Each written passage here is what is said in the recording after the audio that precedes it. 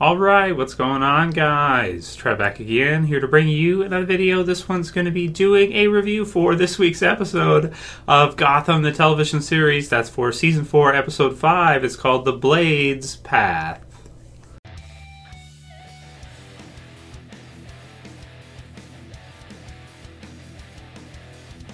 So I haven't done a review for a little while for Gotham, and spoiler warning if you guys have not seen these last few episodes, not since the premiere.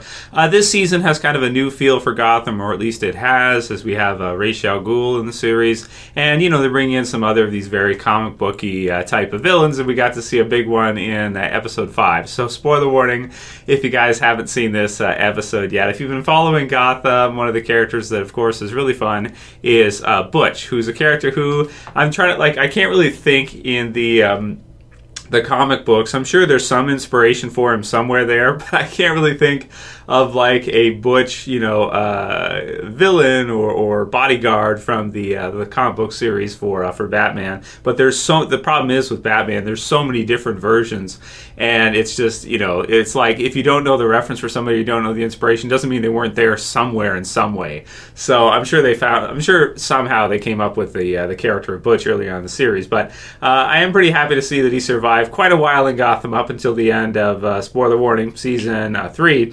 And now we see him pretty much return. And one of the kind of the inside things that Gotham says that nobody stays dead in this city, right?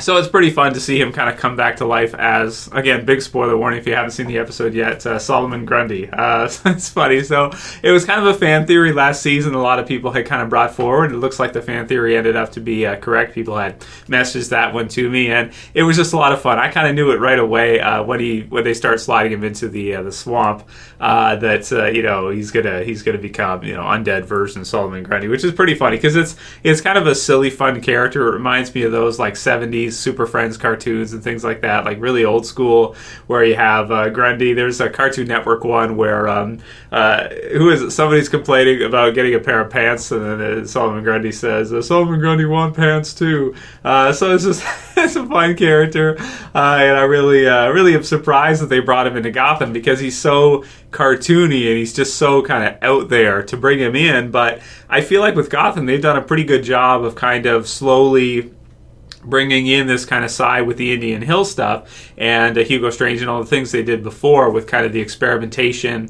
and kind of slowly bringing in some of these kind of more out there villains that are probably harder to do, that it's kind of pretty natural for them to bring him in at this point because, we have all these things established. We know about some of the projects that were going on at Wayne Enterprises that were kind of dumped and this kind of thing. It is a bit of a stretch to say that, if like some mobsters to get rid of him would bring him and kind of dump him in this swamp. But I enjoyed the hell out of it. It was really, really fun, and I was wondering a little bit about this season because last season they had a lot of the Mad City look, and even the logo and stuff was very colorful and kind of poppy and out there with Mad Hatter and the other stuff they did in season 3.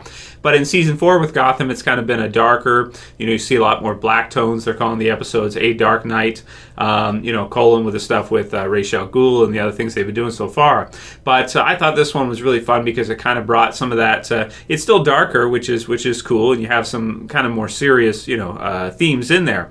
But then to bring in a character like Grundy and it just really kind of livens the place up. You bring the Riddler back, you bring him back. So it's kind of like, silly that you can't take it seriously. It's based on, Batman comics, right? It's based on Batman and Gotham.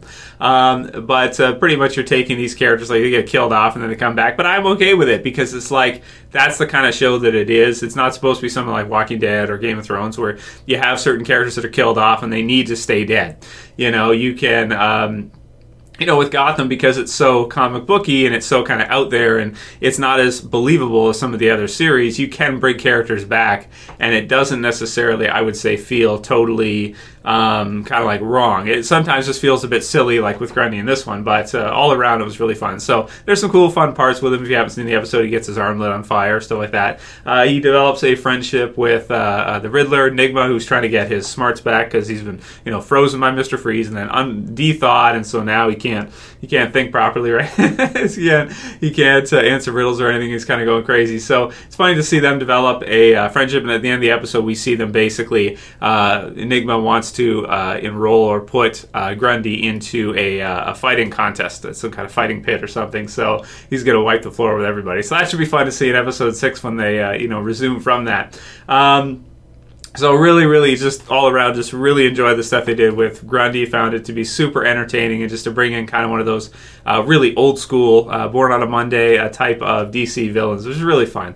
So I enjoyed all of that in this episode. Really liked all that stuff. We have the continuation of the storyline with Penguin and Sophia Falcone, who, it's okay. It's okay for me. I do enjoy it, to kind of see what's going to happen with Penguin. He does kind of need somebody to kind of face off against, and she seems like she's pretty smart, and that he may not necessarily thinks he's got her all figured out, but maybe he doesn't necessarily 100% have her figured out. And even us as the viewer, we're not 100% sure what she's up to, aside from in this episode maybe trying to butter him up or something by feeding him, bringing him out for lunch or dinner, and having the people cook his mom's recipe.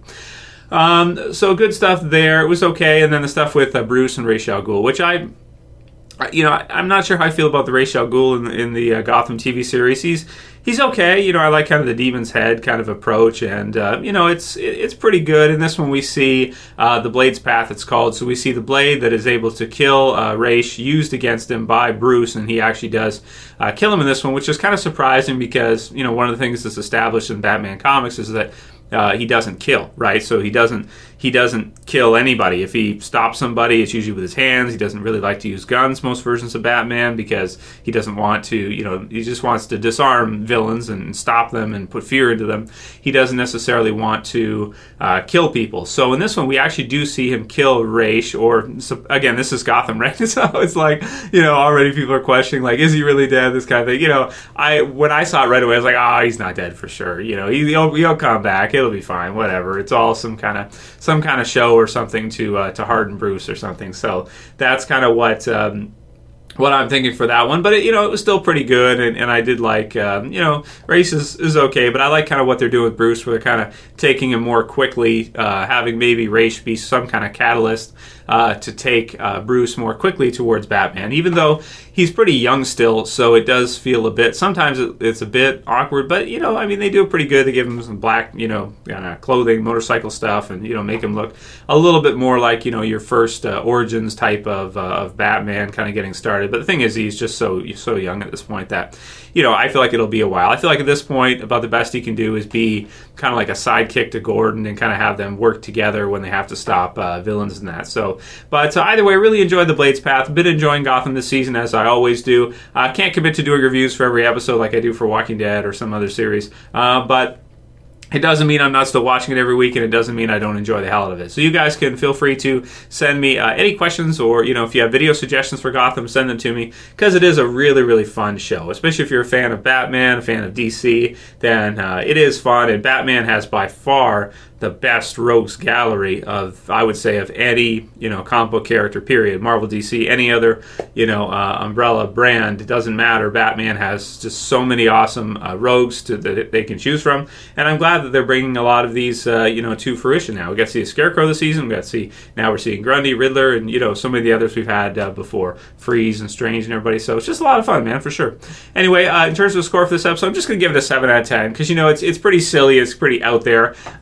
You can't really say like critically like it's an amazing, no, not really. It's just fun. It's just just some silly stuff, and I really enjoyed it. I really liked the radio when Butch was kind of changing and stuff, and you hear it, kind of repeating. It's like getting broken. It's like scratching and repeating.